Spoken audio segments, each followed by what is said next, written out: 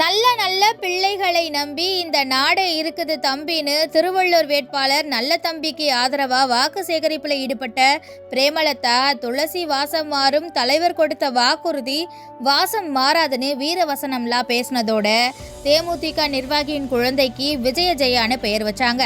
மேலும் குழந்தைகளை பயமுறுத்த கூடாதுன்னு தொடர்ந்து கூட்டணி கட்சி நிர்வாகிகளுடைய பெயர்களை சொன்ன பிரேமலதா சிலருடைய பெயர்களை விட்டுட்டதாகவும் அந்த பெயர்களை அவங்க சொல்லியே ஆகணும்னு குரல்கள் எழ விஜயகாந்த் பாணியில வேன்ல இருந்தபடியே பிரேமலதா கோபமடைஞ்சதால கூட்டணி கட்சி நிர்வாகிகள் மத்தியில அதிருப்தி ஏற்பட்டுச்சு. தொடர்ந்து ஆட்டமா தேரோட்டமா நோட்டமா சதிராட்டமானு பிரேமலதா பிரச்சார கூட்டத்துல விஜயகாந்த் பாடலுக்கு ஆண்கள் மற்றும் பெண்கள் குதூகலத்துல குத்தாட்டம் போட்டதை பொதுமக்கள் பார்த்து ரசிச்சாங்க.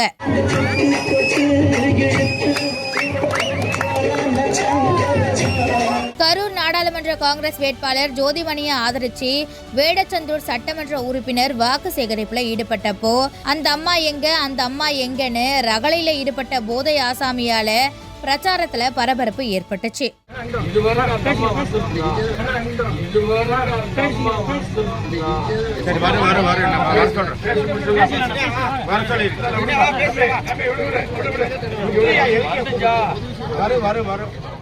தென்காசி திமுக வேட்பாளரை ஆதரிச்சு நட்சத்திர பேச்சாளர் நாஞ்சில் சம்பத் வாக்கு சேகரிச்சாரு.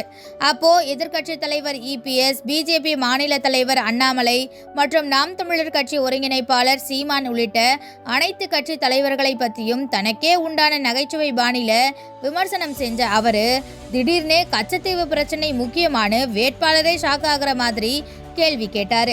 ஐயோ, இப்ப நான் என்ன சொல்றது அப்படின்னு வடிவேலு காமெடி போல கொஞ்ச நேரம் திணறி போன நாஞ்சில் சம்பத் தன்னுடைய சாமர்த்திய பேச்சால திசை திருப்ப பிறகு அனைவரும் பெருமூச்சு விட்டாங்க.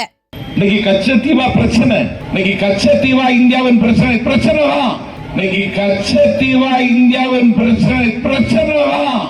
அந்த பிரச்சனையை எப்படி எதிர்கொண்டீர்கள்? 10 ஆண்டு காலம் அதிகாரத்தில் இருந்தீங்களே, ஏன்னு கேட்டீங்களா? அரக்கோணம் நாடாளுமன்ற தொகுதி திமுக வேட்பாளர் ஜெகத்ரட்சகன் ஒட்டநேரி கிராமத்துல பிரச்சாரம் மேற்கொள்ள வந்தப்போ அவருக்கு கிராம பெண்கள் கோலாட்டம் அடித்து ஆரத்தி எடுத்து வரவேற்றாங்க. உடனே அண்ணாத்த ஆடுறார் ஒத்திக்கோன்னு அந்த பெண்களுடன் இணைஞ்சி கோலாட்டம் ஆடினாரு ஜெகத்ரட்சகன்.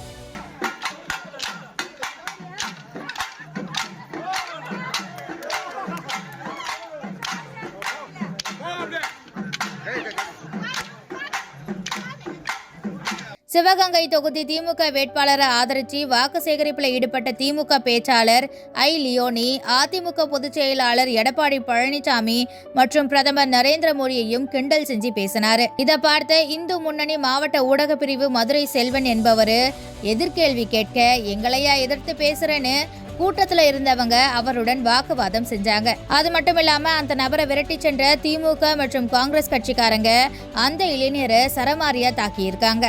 இந்த சம்பவம் அந்த பகுதியில பரபரப்பை ஏற்படுத்தி இருக்கு.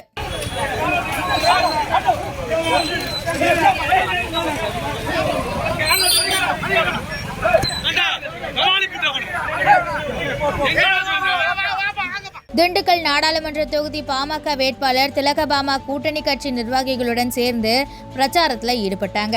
அப்போ அங்க இருக்கிற விவசாய நிலங்கள்ல பெண் விவசாயிகள் பணி செஞ்சுட்டு இருந்த நிலையில பாமக வேட்பாளர் கவிஞர் திலகபாமா கடவுள் எனும் முதலாளி, கண்டெடுத்த தொழிலாளி, விவசாயின்னு பெண் விவசாயிகளுடன் சேர்ந்து கிராமிய பாடல் பாடி நாத்து நட்டாங்க.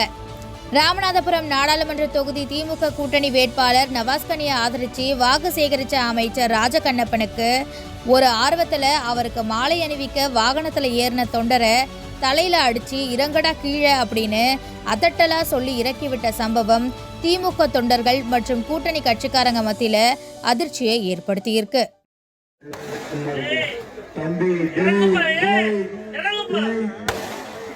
வேதாரண்யம் சட்டமன்ற தொகுதிக்கு உட்பட்ட பகுதிகளில் நாகை நாடாளுமன்ற தொகுதி நாம் தமிழர் கட்சி வேட்பாளர் கார்த்திகா பொதுமக்களுடன் சேர்ந்து முல்லை பூக்களை பறிச்சதோட உப்பளத்திற்கு போய் உப்புகளை வாரி அதை பொட்டலமா போட்டு நூதன முறையில வாக்கு சேகரிச்சாங்க. சிதம்பரம் தொகுதியில திமுக கூட்டணி வேட்பாளரான விசிக தலைவர் திருமாவளவன் பானை சின்னத்துல போட்டியிடுறதால தேர்தல் பரப்புரையில பானை சின்னத்தை பயன்படுத்துறதுக்காக புதுச்சேரி விசிக நிர்வாகி ஒருத்தர் வித்தியாசமான ஒரு விஷயத்தை செஞ்சிருக்காரு. அதாவது தஞ்சாவூர் மண்ணை எடுத்து தாமிரபரணி தண்ணி ஊற்றி சேர்த்து செஞ்சது இந்த பொம்மை மாதிரி 100 கிலோ எடை கொண்ட 7 அடி உயரம் 6 அடி அகலத்தில் பிரம்மாண்டமான மண்பாண்ட பானையை மண்பாண்ட கலைஞர்களை கொண்டு 5 நாளில் உருவாக்கி சிதம்பரத்துக்கு பார்சல் பண்ணியிருக்காரு.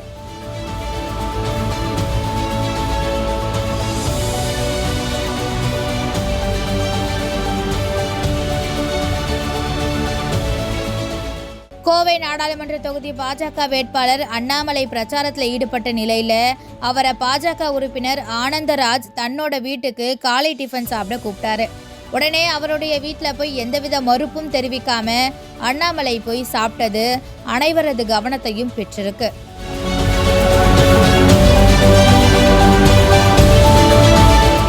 காஞ்சிபுரம் நாடாளுமன்ற வேட்பாளர் ராஜசேகர ஆதரிச்சு முன்னாள் அமைச்சர் வளர்மதி பூக்கடை வியாபாரிகளிடம் பூக்கட்டி கொண்டு இரட்டை இலை சின்னத்துக்கு வாக்கு சேகரிச்சாங்க. மதுரை தனக்கன் குளத்துல காங்கிரஸை சேர்ந்த விருதுநகர் மக்களவை தொகுதி வேட்பாளர் மாணிக்கம் தாக்கூரை ஆதரிச்சு பிரச்சாரம் செஞ்ச வாகை சந்திரசேகரன் தமிழர்களே தமிழர்களே அப்படின்னு கருணாநிதியின் குரல்ல பேசி வாக்கு சேகரிச்சாரு.